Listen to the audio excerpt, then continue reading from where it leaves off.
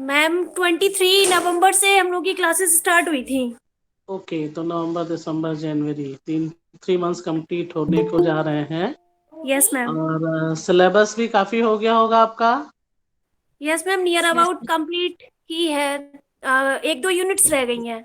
1-2 units रह गई हैं। Yes ma'am. ओके, ठीक है। और आप लोगों का जो दूसरा गुड पोर्शन आफ्टरनून है मैम। रिसर्च मेथोडोलॉजी का। Good afternoon. रिसर्च मेथोडोलॉजी का। मैम उसमें कंप्यूटर चल रहा है अभी। अच्छा, कंप्यूटर चल कंप्यूटर रहा चल है। रहा है मैम उसमें। ओके। बाकी हो चुका है, मीन्स एनालिसिस ऑफ वेरिएंस वगैरह हो गया है, ANOVA. Yes ma'am. Ma'am ANOVA अच्छा, नहीं हुआ अभी। मैम अभी अनोवा नहीं अभी हुआ है नहीं हुआ है। लेकिन वेरिएंस वगैरह हुआ है। अच्छा, वेरिएंस को रिलेशन, ये सब यस चीजें हो मैम। चुकी हैं। यस अनोवा भी मैम। बचा है। अनोवा पे ज्यादा फोकस करिएगा, क्योंकि आप लोगों को ज्यादा जो है उसी की एनालिसिस में जरूरत पड़ती है, अनोवा लगाना पड़ता है। और वैसे तो कोरिलेशन वगैरह सभी चीजें होती हैं, पर कंप्यूटराइज हो जाता है। पर जो एनालिसिस ऑफ वेरिएंस है, ये छोटी छोटी कैलकुलेशन है। इनको कोई भी आप अपना एक्सपेरिमेंट कर रहे हैं अगर 3 रेप्लिकेशन में, तो आराम से उसको एनालाइज कर सकते हैं। और एनालाइज करके उसकी सीडी निकालते हैं, और सीडी से हम लोग significant value, significant and non significant value को हम लोग चेक कर लेते हैं। ठीक है ना। तो आप यस लोगों मैम। का आज टॉपिक स्टार्ट करेंगे, टॉक्सिकोलॉजी में पढ़ाऊंगी। और सबसे पहले मैं अपना परिचय दे दूं आप लोगों को। मैं मैडम है क्या, मैम इंट्रोड्यूस करेंगी? नहीं है मैम, चलिए मैं स्वयं अपने आप को इंट्रोड्यूस कर देती हूँ। My self doctor Sunita Arya, associate professor in department of zoology, Dayanand girls PG college Kanpur में हूँ। और जूलॉजी में आज आप लोगों को टॉक्सिकोलॉजी पढ़ाऊंगी। रिसर्च की फील्ड में मेरे अंदर 3 रिसर्च स्कॉलर्स हैं जो काम कर रहे हैं, ऑलमोस्ट सबमिशन पर है 2 का। और एक स्टूडेंट का लास्ट ईयर अभी हुआ है, सिनॉप्सिस अप्रूव हुई है, 1 साल हो रहा है।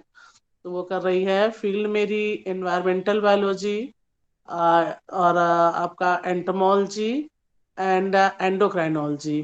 तो तीनों ई है, एनवायरमेंटल, एंटोमोलॉजी एंड एंडोक्राइनोलॉजी, तीनों पर ही वर्क है। पब्लिकेशन मेरे 60 रिसर्च पेपर हो चुके हैं, 3 बुक्स हैं। और बाकी सारी चीज़ें जो नेशनल इंटरनेशनल पर होती हैं वो ऑलमोस्ट सभी चल रही हैं, और काफ़ी कुछ हैं। तो आप लोगों को टॉक्सिकोलॉजी का जो टॉपिक मिला है, मैं बस लैपटॉप से ज्वाइन कर रही हूँ और उसी से आप लोगों को बताती हूँ। थोड़ी देर के लिए सभी लोग अपने कैमरे को ऑन कर लीजिए तो अच्छा रहेगा। एक बार थोड़ा सा फेस टू फेस कम्युनिकेशन हो जाएगा। और आप सभी लोग बाहर हैं, या अगर लोकल कानपुर में है तो कल कल और परसों की क्लास ऑफलाइन भी ली जा सकती है। यस मैम, हो सकती है ऑफलाइन। जी मैम बिल्कुल। मैं बाहर रहती हूँ, अभी अभी 1 वीक के लिए बाहर हूँ मैम। 1 वीक मैम के हम भी लिए। बाहर रहते हैं। Yes ma'am. ओके। ओके, तो 2 बच्चे बाहर के हैं, तो इसलिए ऑनलाइन आपको ज्यादा। Yes ma'am.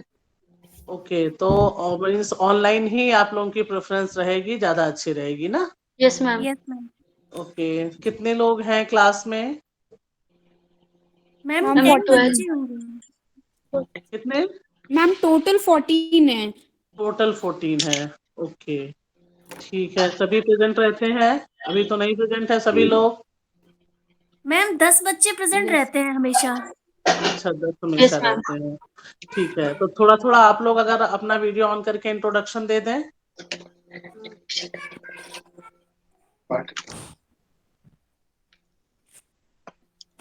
ये वीडियो क्यों नहीं बन रहा? 1 बाय 1 आप लोग अपना इंट्रोडक्शन दे दें। मैम मैं मीनाक्षी यादव। ओके, अपना बेटा प्रीवियस कॉलेज से जाओ। एमएससी आपने कहाँ से किया है, किस ईयर में किया मैम है? एमएससी मैम एमएससी मेरा 2018 से major SD college Fatehgarh, okay, ठीक है। फर्रुखाबाद। ओके, हाँ ठीक है।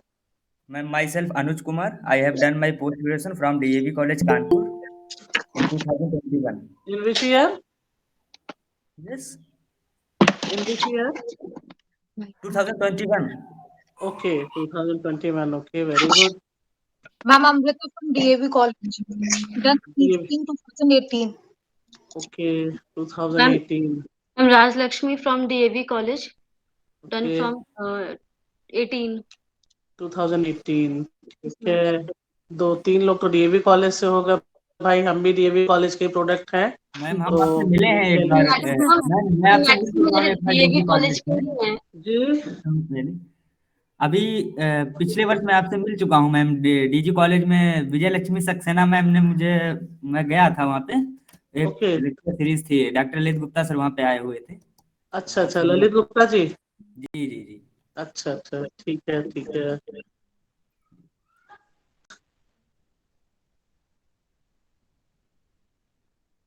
और बताइए, अभी तो सबने नहीं दिया अपना इंट्रोडक्शन। मैम नमस्ते। नमस्ते। मैम मेरा बीएससी डीजी कॉलेज से है और एमएससी डीएवी कॉलेज से है 2017। क्या नाम है बेटा? नैना Pandey.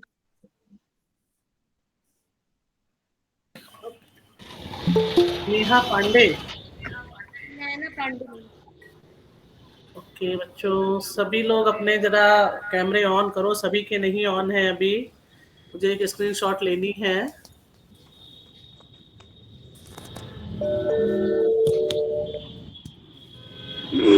Hello, ma'am. This is me, Seba Froz from A&D College. Okay, very good बेटा, वेलकम।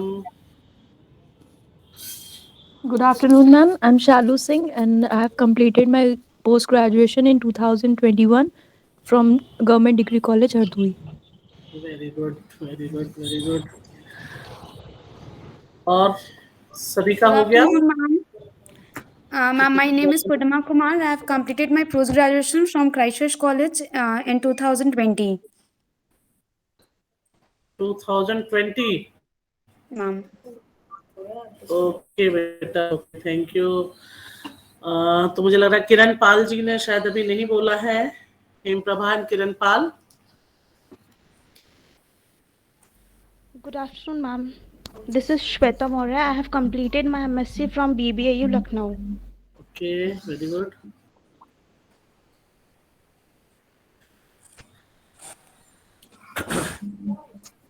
ओके बच्चों, तो अब हम लोग अपने टॉपिक पर आ जाते हैं, ज्यादा समय ना लेते हुए। हम लोग आ रहे हैं और आपको अभी पीपीटी शेयर कर रहे हैं, और बताइएगा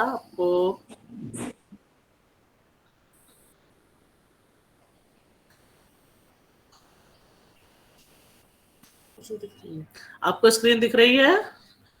yes ma'am. Yes, ma'am. Okay, ठीक है। तो टॉक्सिकोलॉजी, ठीक, तो टॉक्सिकोलॉजी जैसा कि नाम से क्लियर हो रहा है, टॉक्सिक एंड लॉजी। लॉजी को हम लोग कहते हैं लॉ में स्टडी। तो किस चीज की स्टडी? जो टॉक्सिक मटेरियल होता है उसकी स्टडी को हम लोग टॉक्सिकोलॉजी कहते हैं। और इसकी डेफिनेशन को कहें कि टॉक्सिकोलॉजी क्या है। एक तो पहले साइंस की हम बात करें कि हम साइंस क्या है, किसी चीज की जो हम सिस्टमेटिक स्टडी करते हैं, तो उसी तरीके से टॉक्सिकोलॉजी में भी हम जो साइंटिफिक स्टडी या सिस्टमेटिक स्टडी करते हैं किस चीज पर? Adverse effect that occurs in living organism due to chemicals. जितने भी केमिकल्स हैं उनकी वजह से अगर कोई हार्मफुल इफेक्ट या एडवर्स इफेक्ट हमारी बॉडी के ऊपर, या ह्यूमन बीइंग या लिविंग बीइंग की बॉडी मींस उसमें प्लांट्स एंड एनिमल्स बोथ, तो उसमें अगर कोई इफेक्ट आता है तो हम उसको कहते हैं, उसकी स्टडी जिसमें करते हैं, दैट इज कॉल्ड टॉक्सिकोलॉजी। और दूसरी भाषा में भी हम ये कह सकते हैं, it is the study of how natural और man made poisons cause undesirable effects in living organism.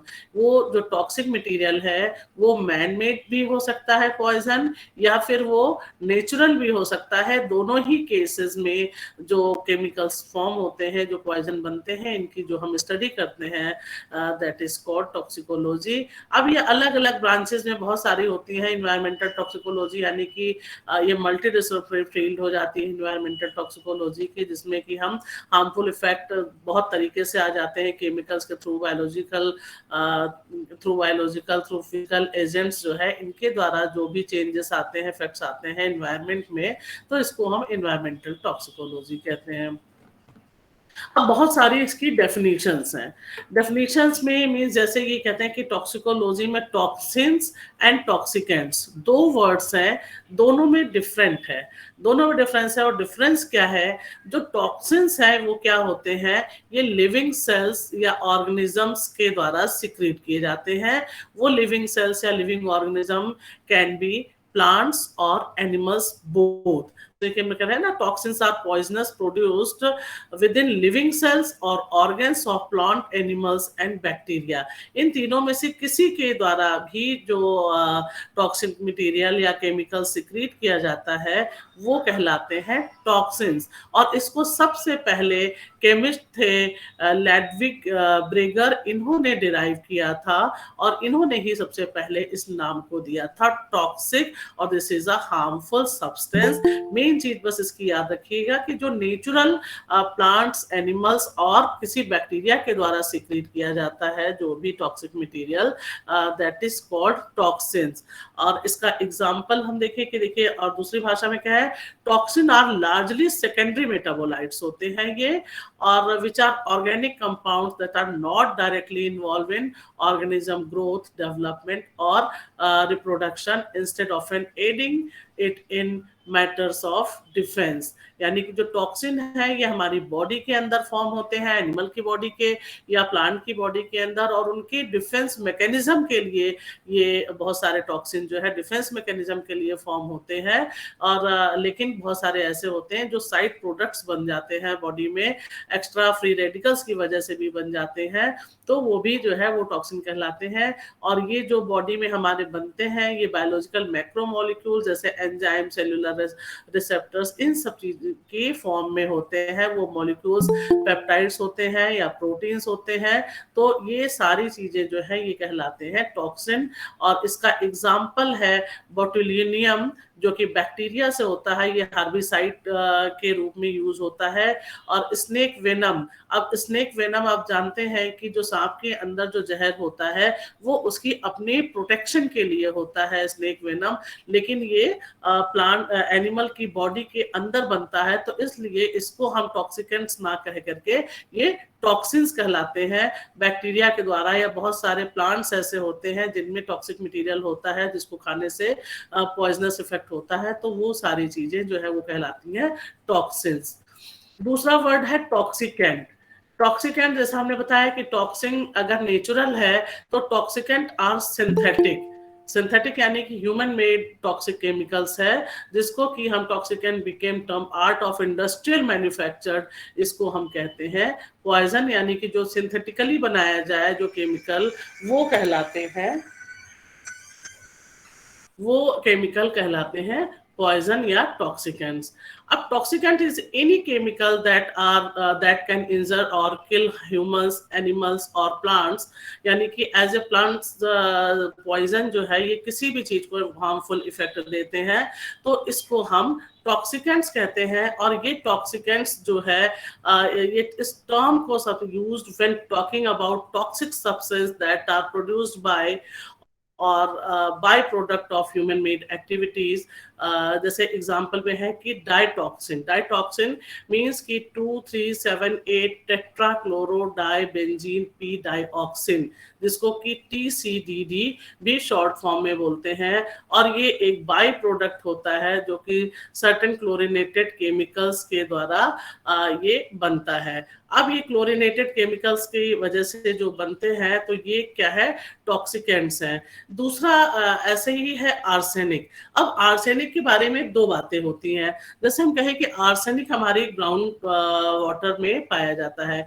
अब ये आर्सेनिक जो है ये टॉक्सिक मेटल है और ये नेचुरल जो है वो कंटामिनेंट है ग्राउंड वाटर का, यानी कि नेचुरल फॉर्म में पाया जाता है। लेकिन ग्राउंड वाटर में वो कैसे पहुंचा? ग्राउंड वाटर में वो जो आर्सेनिक है ये पहुंचता है हमारी एक्टिविटीज की वजह से। यानी कि जब ग्राउंड वाटर का पोल्यूशन होता है फैक्ट्री में जहां पर आर्सेनिक बहुत यूज हो रहा है और उससे वो सॉइल के थ्रू जा करके लैंड में नीचे पहुंच जाता है और उससे वो पानी में पहुंच जाता है, तो हम उसको क्या कहते हैं, ये इंडस्ट्रियल एक्टिविटीज के, तो वो यानी कि ह्यूमन बीइंग की एक्टिविटीज के द्वारा अगर हो रहा है तो हम उसको टॉक्सिन बोलेंगे, अदरवाइज वो टॉक्सिकेंट है।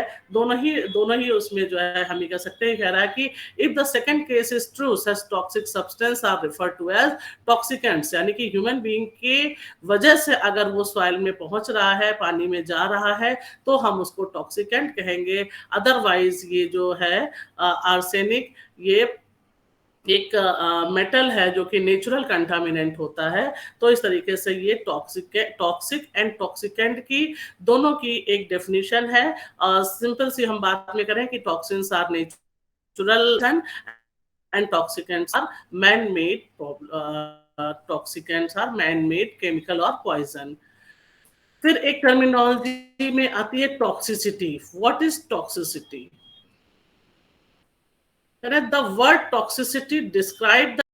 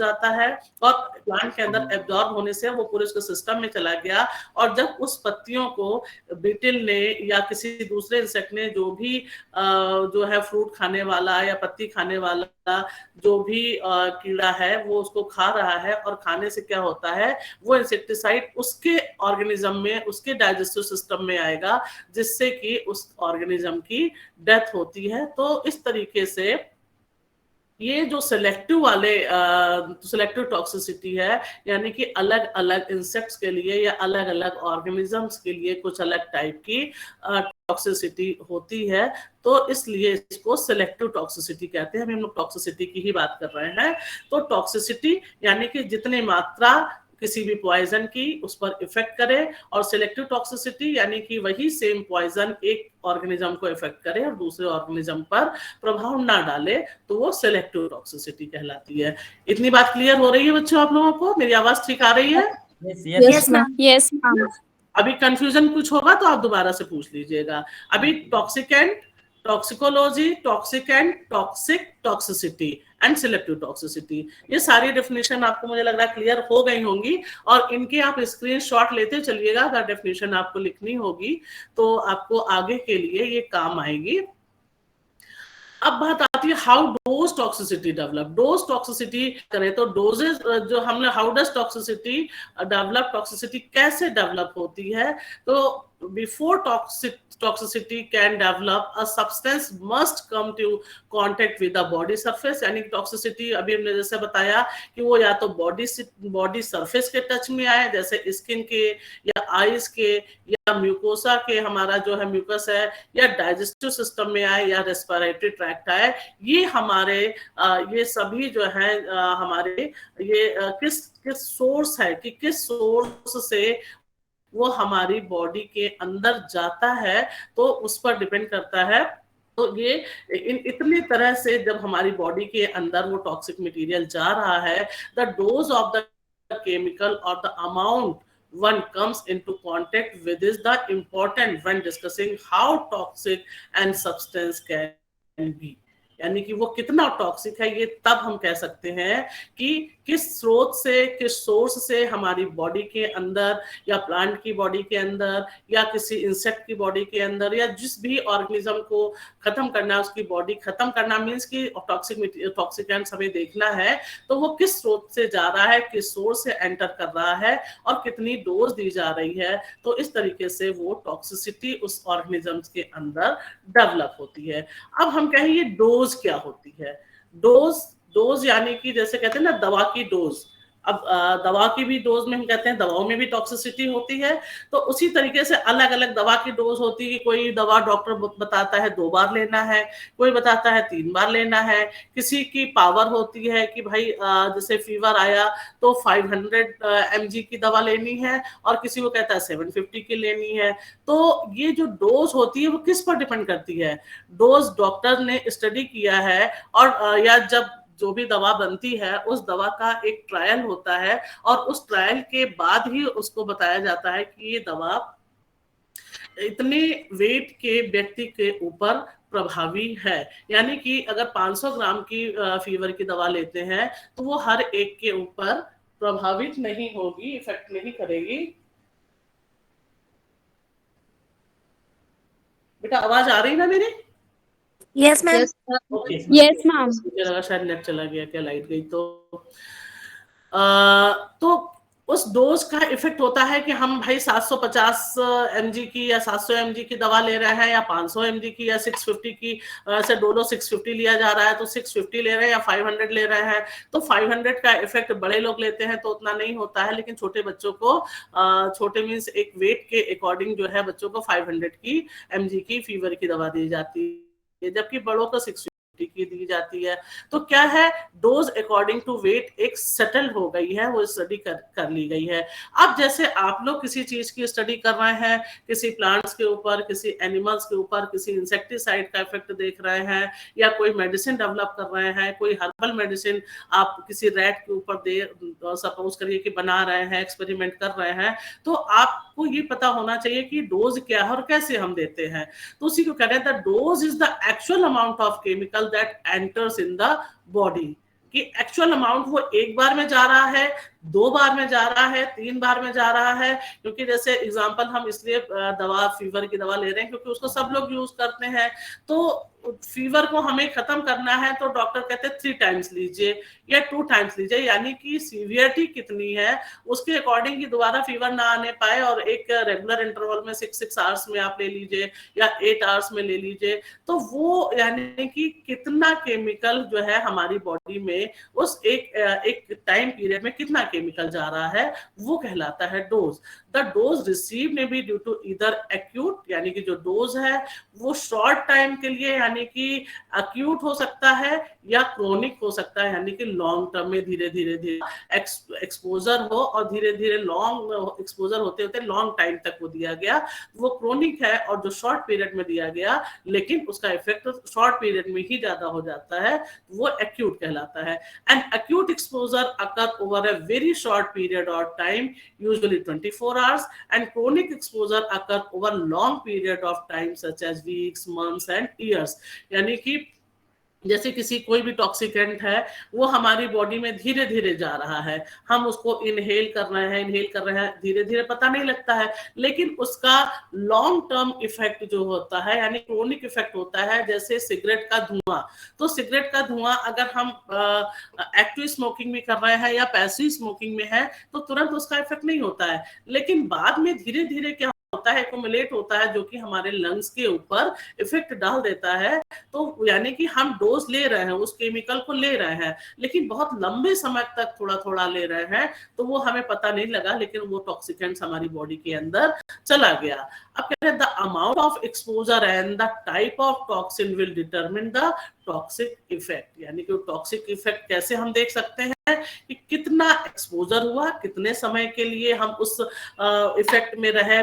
पर्टिकुलर सपोज करिए कि हमने कहीं पर स्मोक बहुत है या टॉक्सिक मटेरियल बहुत ज्यादा है या कोई स्मोकिंग बहुत ज्यादा कर रहा है, स्मोकिंग वाले एनवायरनमेंट में हम बहुत ज्यादा रह रहे हैं कि आपका कोई फ्रेंड है और वो बराबर स्मोकिंग कर रहा है या घर में कोई बराबर स्मोकिंग कर रहा है, तो कहीं ना कहीं उसका लॉन्ग टर्म इफेक्ट जो है वो हमारी बॉडी के अंदर आता रहता है। और इस तरीके से इस अमाउंट ऑफ एक्सपोजर है वो जो है हम कितना टॉक्सिन हमारी बॉडी में गया है इसको भी हम निकाल सकते हैं या देख सकते हैं। या जब आप कोई एक्सपेरिमेंट प्लान करेंगे तो आप देख सकते हैं, सपोज करिए कि आपने इसी का इफेक्ट आपको देखना है और किसी एनिमल के ऊपर देखना है, किसी रैट के ऊपर, या ऐसा एनिमल आपने ले लिया और उसको एक्सपेरिमेंट करके आप सिगरेट की ही स्मोकिंग दे रहे हैं, उसका वो कि देखना है कि अब बाद में उस एनिमल की आपने माइक्रोटोमी की, उसके लंग्स की, उसके एलिमेंट्री कैनाल की या डिफरेंट पार्ट्स की, तो आप देख सकते हो कि एक नॉर्मल जिसको स्मोक दिया गया यानी कि कंट्रोल ट्रीटमेंट, और दूसरा एक ऐसा एनिमल जिसको स्मोक दिया गया, तो आप दोनों का देख सकते हो। स्मोक भी कई टाइप का, डिफरेंट टाइप्स के, जैसे सिगरेट की अलग अलग ब्रांड्स आ जाती है या तंबाकू की आ जाती है या बीड़ी की आ जाती है। एक एग्जांपल ले रहे हैं कि आप किस तरीके से टॉक्सिकोलॉजी के फील्ड में आप अपने एक्सपेरिमेंट को प्लान कर सकते हो। ऐसे अलग अलग एनिमल्स पर आप इसका टॉक्सिक इफेक्ट देख सकते हैं और बता सकते हैं कि इसका एक्सपोजर में कितने समय के लिए रखा गया, 1 घंटे के लिए रखा गया, 2 घंटे के लिए रखा गया, 24 घंटे के लिए रखा गया, तो उसका इफेक्ट उस एनिमल की बॉडी में क्या आया है। तो इस तरीके से ये डोज हम लोग इसको पढ़ते हैं कि डोज क्या है। अब बात आती है व्हाट इज डोज रिस्पॉन्स। जो हमने डोज दिया है उसका रिस्पॉन्स क्या है, ये हम कैसे देखेंगे कि डोज रिस्पॉन्स क्या होता है। तो what is dose response? Dose response is a relationship between exposure and health effect. तो डोज रिस्पॉन्स क्या है भाई? डोज जो हमने दिया है उसका रिस्पॉन्स क्या हो रहा है, वो रिलेशनशिप है कि भाई कितने समय के लिए दिया और उसका हेल्थ उससे कितना प्रभावित हुआ है। क्या बहुत ज्यादा डोज देने से उसको खांसी आने लगी, जैसे हमने सिगरेट का ही एक एग्जांपल लें कि बहुत ज्यादा उसके कांटेक्ट में रह गया है, तो क्या उसको खांसी आ रही है या उसकी आंखों में इचिंग हो रही है या क्या उसकी बॉडी के ऊपर क्या इफेक्ट आ रहा है। That can be established by the measuring the response to an increasing dose. और इस तरीके से अगर एक डोज दिया गया, फिर उस पर उसका क्या इफेक्ट आया, डोज को इंक्रीज किया गया, फिर उसका इफेक्ट आ रहा है, तो इससे हम क्या असेस करेंगे? This relationship is important in determining the toxicity of a particular substance, यानी कि उस सब्सटेंस की क्या, वो सब्सटेंस कितना टॉक्सिक है, ये चीज हमको तभी पता लगेगी जब हम इस तरीके से स्टडी करेंगे कि वो टॉक्सिक मटेरियल हम पर्टिकुलर उतनी डोज में हम देते जाएं किसी एनिमल को, और फिर उसको हमने बढ़ाया तो हम उसकी हेल्थ कंडीशंस को देख रहे हैं, और हेल्थ कंडीशंस के कुछ पैरामीटर डिसाइड करने पड़ेंगे कि हेल्थ कंडीशन में हम क्या क्या देख रहे हैं। एक्सटर्नल बिहेवियरल रिस्पॉन्स भी हम देख सकते हैं, इंटरनल उसके ऑर्गेनिज्म में क्या चेंजेस हो रहे हैं ये भी देख सकते हैं। तो इस तरीके से जो हम चेंजेस देखेंगे ये हमारा कहलाएगा डोज का क्या रिस्पॉन्स हो रहा है। नेक्स्ट टाइम क्या करें? It relies on the concept that a dose और अ टाइम ऑफ एक्सपोजर, यानी कि वो टाइम ऑफ एक्सपोजर क्या है, टू अ केमिकल ड्रग और toxic substance will cause an effect on the exposed organism. Usually the larger or more intense the dose, the greater the response or the effect. This is the meaning behind the statement the dose make the poison. यानी कि किसी भी dose, कोई भी dose जो है वो क्या है, वो पॉइजन बनाती है, यानी पॉइजन भी बन जाता है अगर हम किसी भी, ये एक मेडिसिन है वो हमारे लिए लाइफ सेविंग है, लेकिन अगर हम उसकी एक्सेस डोज लेते हैं तो क्या हो जाता है, वो हमारे लिए एक पॉइजन बन जाता है।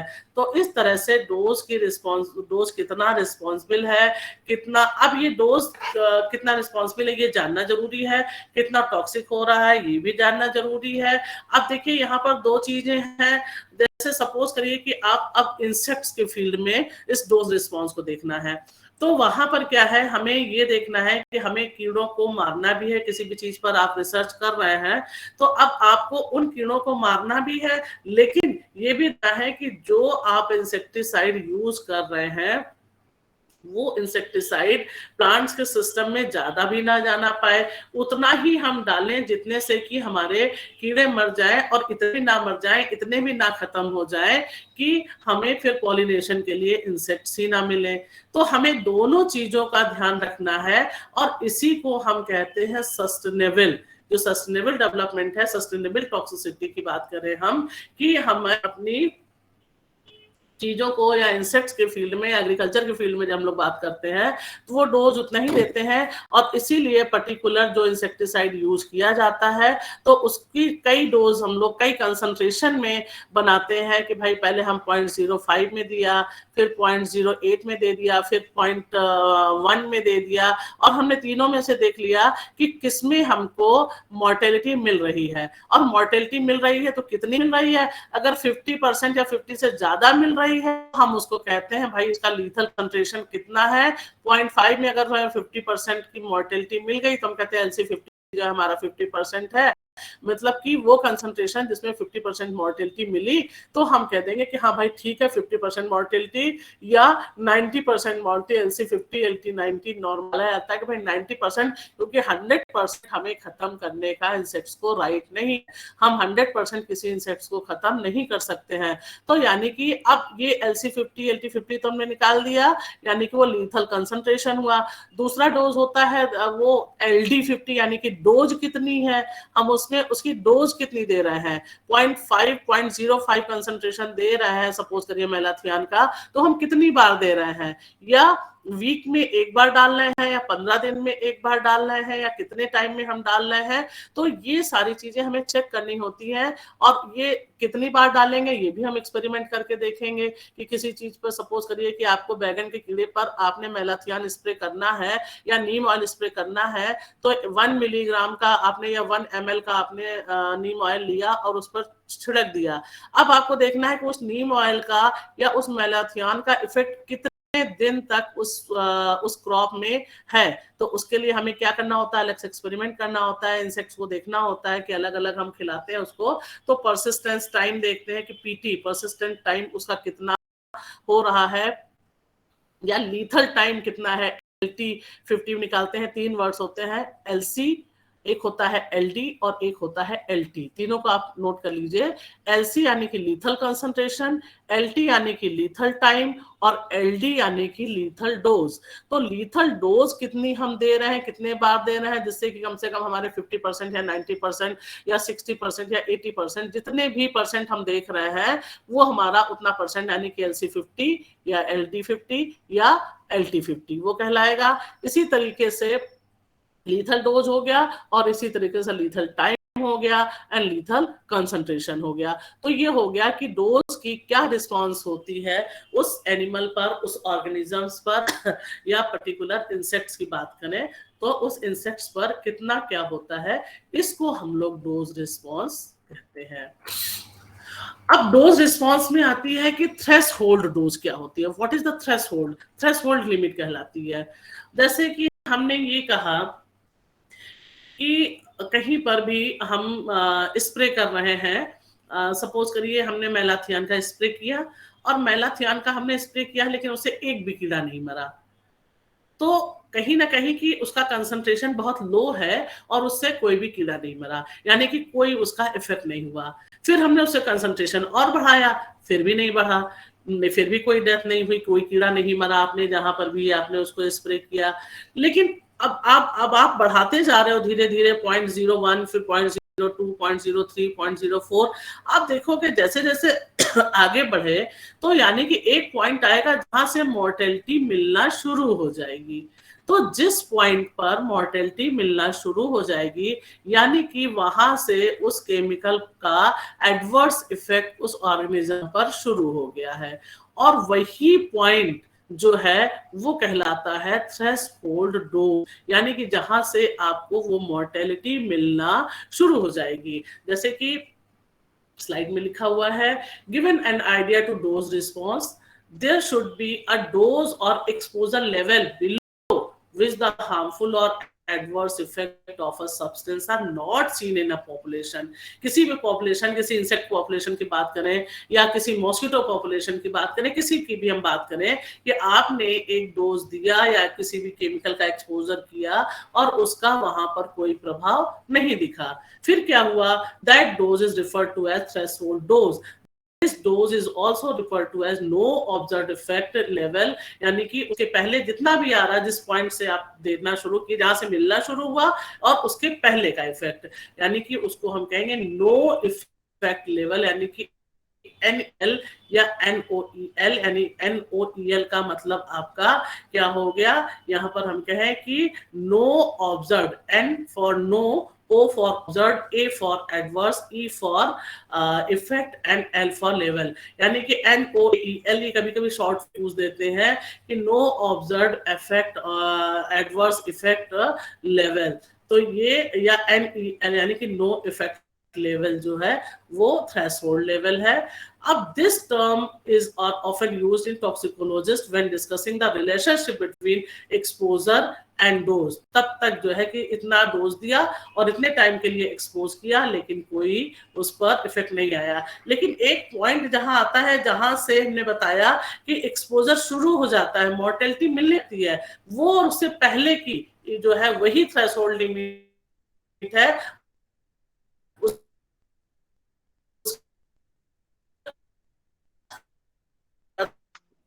मैम आवाज नहीं आ रही आपकी।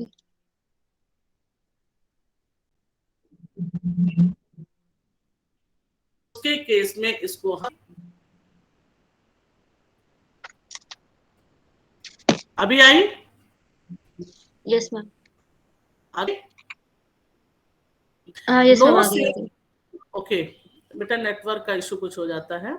यस कह रहे हैं कि जितने कार्सिनोजेंस हैं, कार्सिनोजेंस के केस में हम नो इसको नहीं मान सकते हैं कि कोई भी जो है थ्रेशोल्ड लिमिट होगी, यानी कि no safe level of exposure exist since any exposure could result in, यानी कि जो कार्सिनोजेनिक चाहे वो केमिकल्स हो चाहे वो रेज हो, वो सारे ही जो है किसी भी मात्रा में हो वो उसका एक्सपोजर जो है वो बिल्कुल भी सेफ नहीं होता है। वहां पर कोई थ्रेशोल्ड लेवल हम नहीं मान सकते हैं, वहां पर वो जो है कैंसर कॉजिंग होता ही है, इसीलिए कार्सिनोजेनिक एजेंट से जो है वो बचना होता है।